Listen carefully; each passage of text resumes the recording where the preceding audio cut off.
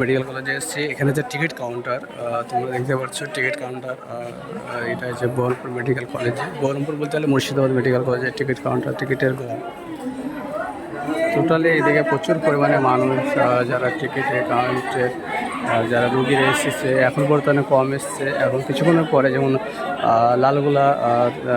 লালগোলা বহরমপুরে ট্রেন ঢুকবে, তখন কিন্তু এখানে প্রচুর পরিমাণে ভিড় আর লোক হবে।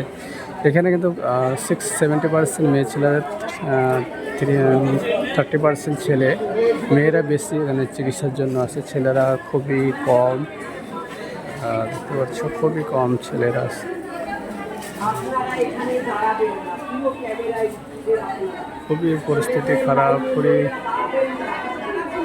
পরিস্থিতি।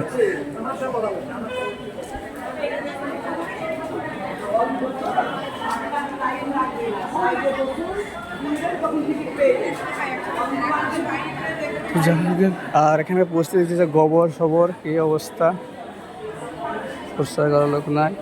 মানুষ মানে কী বলবো, গভর্নমেন্টের কাজ যা হয় একদমই খারাপ। যারা চাকরি করে কোনো কাজের না, শুধু বেতন তুলো খাও, বেতন তুলো খাও, বেতন তুলো খাও। পরিস্থিতি হচ্ছে এরকম জায়গা, কিন্তু যত্ন নয়। যখন ভেঙে পড়ে যাবে তখন ও যা। তো কী করে মমতার কী দোষ দেবো? মমতার তো দোষ নাই, মমতা তো ভালো ভালো। দেখো এই বিল্ডিংটা কত সুন্দর হয়ে আছে, এই বিল্ডিংটায় কোনো প্রবলেম নাই, কিছু না, খুব সুন্দর।